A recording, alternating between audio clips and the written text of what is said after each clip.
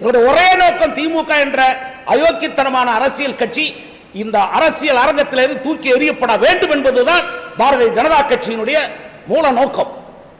எல்லோரும் வாருங்கள், எல்லோரும் அணி திரளுங்கள். திராவிட முன்னேற்ற கழகத்தை ஆட்சி கட்டளை தூக்கி எறிவதற்கு எல்லோரும் இணைவோம். மாறுபட்ட கருத்து கிடையாது. இப்படிப்பட்ட ஆட்சி தேவையா? காலையில சைக்கிள் முடிக்கிற காலையில சைக்கிள் ரைடு போறாரு முதலமைச்சர். அதே ரோட்ல பொம்பளைகளை துரத்துறான் திமுக காரன். பல்கலைக்கழகத்தில் வாக்கிங் போறான் 4 மந்திரி. அதே இதுல வந்து கற்பு சூறையாடப்படுது. கேள்வி கிடையாது, கேள்வி நாள்வி கிடையாது. சட்டம் ஒழுங்கு சீர்கட்டு கிடக்கிற திமுக ஆட்சியில இருக்கிறத எவனும் கேட்கறது கிடையாது, அதை பத்தி பேசுறது கிடையாது. மணிப்பூர்ல இருந்தா இங்க இருக்கிற போராட்டங்கிறான். இங்க இருக்க பொம்பளைகள்லாம் வந்து திமுக பொம்பளைகள்லாம் நின்றுகிட்டு பெரிய பெண் உரிமை பேசுது. இதுக்கு யார் பேசுனா? அதனால ஒட்டுமொத்தமாக ஆட்சி கட்டு அமர்ந்து கொண்டு அதிகாரத்தை வைத்துக் கொண்டு எல்லா வகையிலும் துஷ்பிரயோகம் செய்து கொண்டிருக்கிற ஆட்சி நடைபெறுகிறது. இந்த ஆட்சியை தூக்கி எறிவதற்கு நெல்லிக்காய் முட்டை போல் சிதறி கிடக்கிற திமுக எதிர்ப்பு கட்சிகள் அத்தனையும் ஒன்றிணைய வேண்டும். யார் பெரியவர்கள் என்றெல்லாம் இல்லாமல் திமுகவை விரட்டுவதற்கான நோக்கம் வேண்டுமே தவிர வேறு எந்த நோக்கமும் இருக்கக்கூடாது.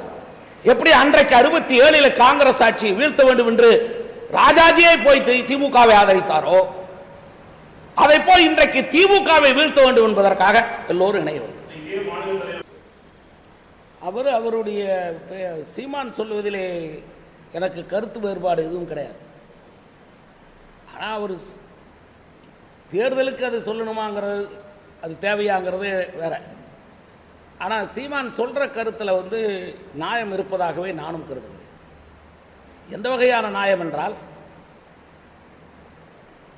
பெரியாரை குறைத்து மதிப்பிட வேண்டிய அவசியம் இல்லை. ஆனால் பெரியார் சொன்னதையெல்லாம் சொல்லியிருக்கார். அவ்வளோதான். பெரியார் சொல்லிய வார்த்தைகளை எல்லாம் சொல்லுகிறார். இதெல்லாம் சொன்னாரா இல்லையாங்கிறது இதெல்லாம் எல்லாரும் சொன்னதான், எல்லாரும் பார்த்ததான், எல்லாம் பிடிச்சது தான். ஆக அதான் திருப்பி இப்போ சொல்கிறார். இவங்க எங்களுக்கு தலைவர்களுக்கெல்லாம் தலைவர் என்று முதலமைச்சர் சொல்கிற போது, உன் தலைவனுக்கெல்லாம் தலைவனை ஏயா நீ எல்லாம் இப்படியெல்லாம் பண்ணீங்க? 67 தேர்தலில் உன் தலைவர்களுக்கெல்லாம் தலைவர்னா 67 தேர்தலில் திமுக ஆட்சி வரக்கூடாதுன்னு ஏன் பெரியார் ஓட்டு கேட்டார்? பெரியார் நம்ம திமுக கூட்டணியில் இருந்தார், ராஜாஜி கூட்டணியில் இருந்தார். வேடிக்கை என்னன்னா, 67 பொது தேர்தலில் அண்ணா தலைமையில் தேர்தல் நடைபெற்ற போது சட்டமன்ற தேர்தலில் சுதந்திர கட்சி நடத்தியிருந்த ராஜாஜி அவர்கள் கூட்டணி. ராஜாஜி நாட்டு மக்களுக்கு அறிக்கை விட்டார், பார்ப்பனர்கள் கூட திமுகவுக்கு ஓட்டு போடணும், உன்னை வந்து பாப்பான்னு திட்டுனாங்கிறதுக்காக கவலைப்படாத, காங்கிரஸ் ஆட்சி ஒழியணும், அதுக்காக நீ திமுகவுக்கு ஓட்டு போடணும், பூணூலை கையில் பிடிச்சிக்கிட்டு ராமனை சபிச்சுட்டு நீ போய் ஓட்டு போடு என்று கேட்டார் ராஜா. ஆனால் பெரியார் இவரெல்லாம் துஷ்டர்கள், திமுக எல்லாம் துஷ்டர்கள், அவன் ஓட்டு போடாதங்க. இதை இவ்வளோ காலம் கழிச்சு திருப்பி சொல்கிறாரு சீமானு. இதை அவர் சொன்னாரா சொல்லி இதில் இது திருப்பி சொல்கிறார். என்ன அதனால் அதுக்கு நாம் என்ன செய்ய முடியும்? அவங்க சொல்கிறார், நான் பிரபாகரன் ஆதரிக்கிறேங்கிறார். ஒவ்வொருத்தரும் ஒவ்வொரு ஆதர்ச தலைவர். கலைஞரே கலைஞரை பார்க்காதவங்க கூட இந்த கட்சியில் வந்து பெரிய தலைவனாக இருக்கிறான். உங்கள் ஊர்லேயே கூட எம்எல்ஏ கூட இருப்பாங்க, எல்லாம் இருப்பாங்க. என்ன அதெல்லாம் பார்த்தா அப்புறம் இன்னைக்கு தத்துவம் பேசலாமா, லட்சியம் பேசலாமா? ராஜாஜி அன்னைக்கு 67 இல்லை, பெரியார் வந்தது காங்கிரஸ் கட்சியிலிருந்து ரொம்ப நாளைக்கு முன்னாடி. அதாவது ராஜாஜி சொல்றதுக்கு எதிர்த்து வரல, அவர் காங்கிரஸ் கட்சியை எதிர்த்து வந்தார்.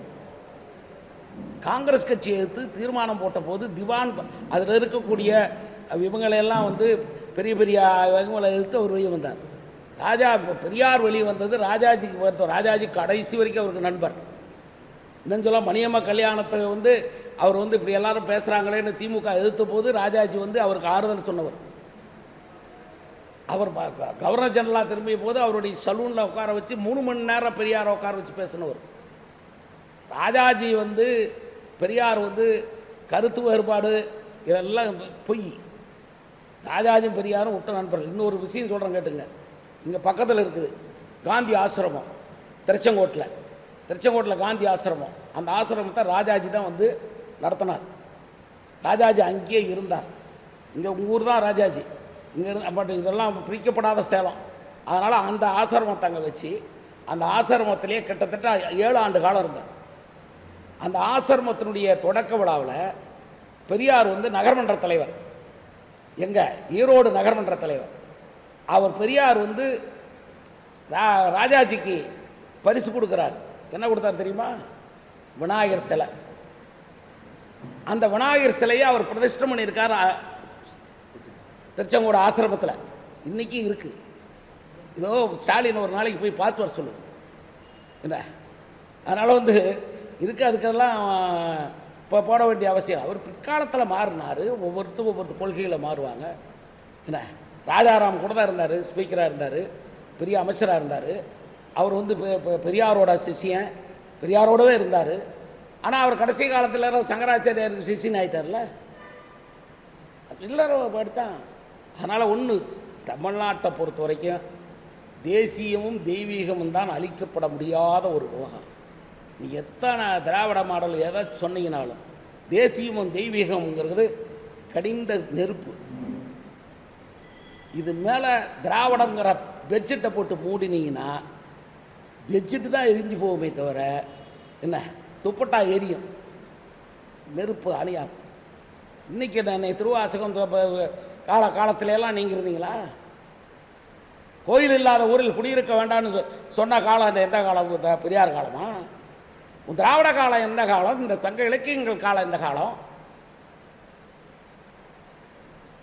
இந்த நாடுங்கிறது எப்போ இருந்து தொடங்குச்சு? ஏன் பாண்டியன் நெடுஞ்செழியன் காலமெல்லாம் பொற்காலம் கிடையாதா? அவன் மண்ணு கிடையாதா? ராஜராஜ சோழன் மண்ணு கிடையாதா? ஏங்க பக்கத்தில் தருமபுரி இதே தகடூர் அதியமான் மண் இல்லையா? அது அதியமான் மண் கிடையாது, பெரியார் மண்ணா? உங்கள் காலம் எந்த காலம்? இந்த மண்ணுக்கு இருக்கிற காலம் என்ன? மண்ணிலே தோன்றிய மனிதர்கள் ஒவ்வொருத்தனுடைய வரலாறும் அவனுடைய வாழ்க்கையும் அந்த மண்ணுக்கு வரலாறு. அப்படி மகப்பெரிய வரலாற்றை படைச்சவங்க.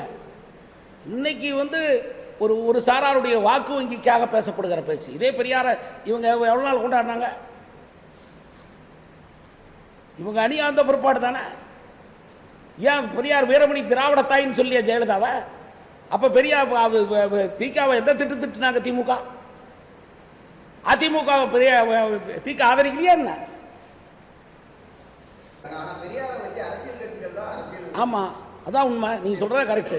அதை தான் திமுக அரசியல் கட்சி, திமுக அரசியல் பண்ணுறதுனால தான் அவன் அதை எதிர்த்து பண்ணுறாரு. திமுக அதை பண்ணுது. பெரியாரை சொல்லி ஓட்டு கேட்கணும்னு நினைக்குது.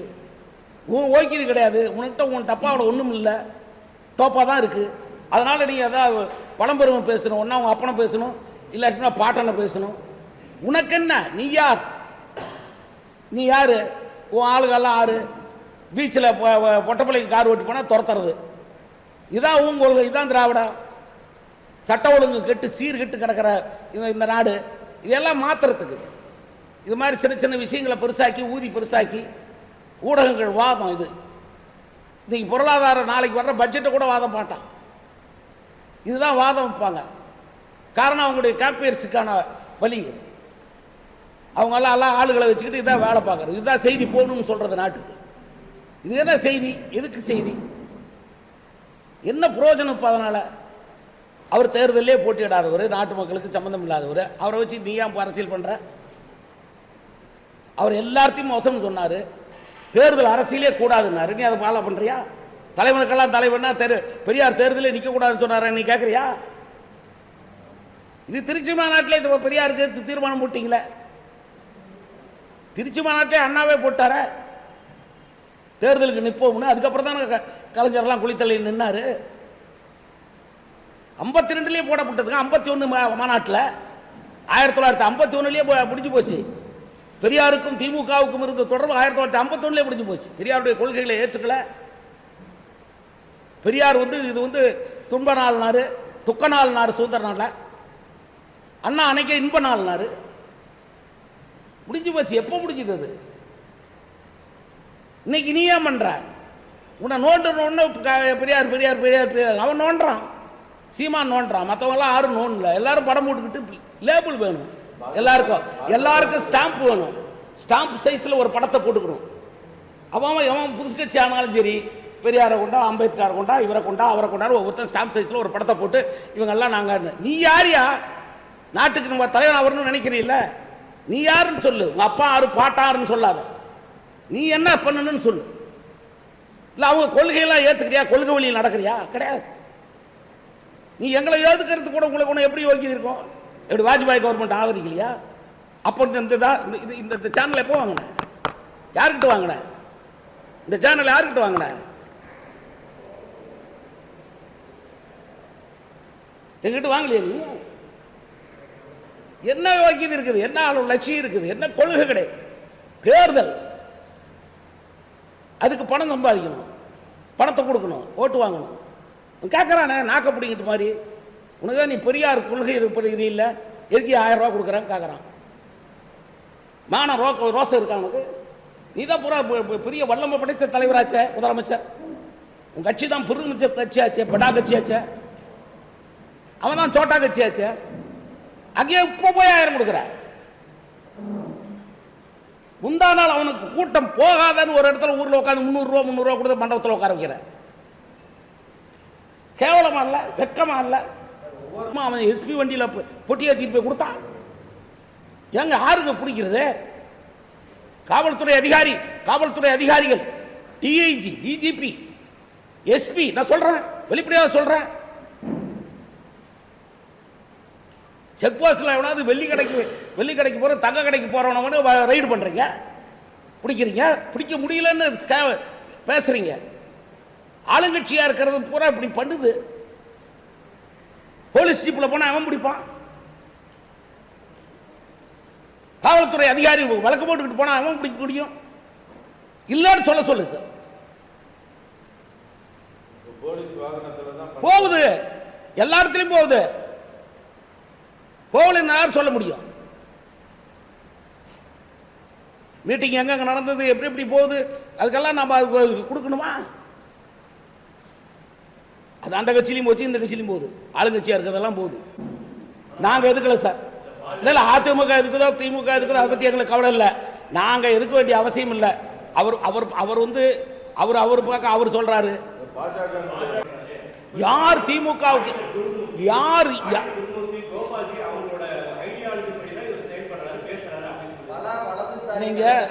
நீங்க இந்த கருத்து எப்படினாங்க, ஒரு திட்டமிட்டு ஒரு பரப்பல் நடக்குது. திமுகவுக்கு எதிராக எவன் கருத்து சொன்னாலும் அவனை உடனே பிஜேபி ஆதரவாளர். இப்போ ஒருத்தர் இவர் திருமாவளவன் கட்சியில் ஒருத்தர் போனார், ஒரு பேர் என்ன இப்போ கூட ஆதவ அர்ஜுனா. என்ன அவர் என்ன சொன்னாங்க? முதல்ல அவர் பேசுகிற உடனே பிஜேபி குரலாக ஒழிக்கிறாரு. எங்க மே குரலா கீ குரலா தெரியல. இப்போ எங்கே போனார்? அப்புறம் அதாவது எவன் ஒருவன் திமுகவை எதிர்த்து பேசுகிறானோ அவனை பிஜேபி ஆதரவாளர் என்று சொல்லுகிறார்கள். அந்த வகையில் நான் வரவேற்கிறேன். பாரதிய ஜனதா கட்சி திமுகவுக்கு எதிரியாக இருக்கிற அத்தனை பேரும் எங்களுக்கு ஆதரவாளர்கள் தான். தப்பு இல்லையா? தப்பு இல்லை. நான் தான் சொல்றேன் ஓப்பனா, எல்லாத்தையும் வரவேற்கிறேன். இவரை மட்டும் இல்லை, நான் இவரை மட்டும் இல்லை, திமுகவுக்கு எதிராக இருக்கிற அனைத்து கட்சிகளும் ஒன்றிணைய வேண்டும். பிரிஞ்சு போயிடுவாங்க, அதை வச்சு நம்ம ஓட்டு வாங்கிடலாம், 200+ வாங்கலாங்கிற கனவை தகர்த்தெறியணும். பிரித்தாளுகிற சூழ்ச்சியில தான் திமுக அன்னைக்கு முயற்சியில் இருக்கு. அரசியல் கட்சிகள் பிரிந்து பிரிந்து நிற்கும், நாம் வாக்கு வாங்கி விடலாம். வெறும் 22% வாக்குகளை வைத்துக் கொண்டு ஆட்சிக்கு வந்து விடலாம்.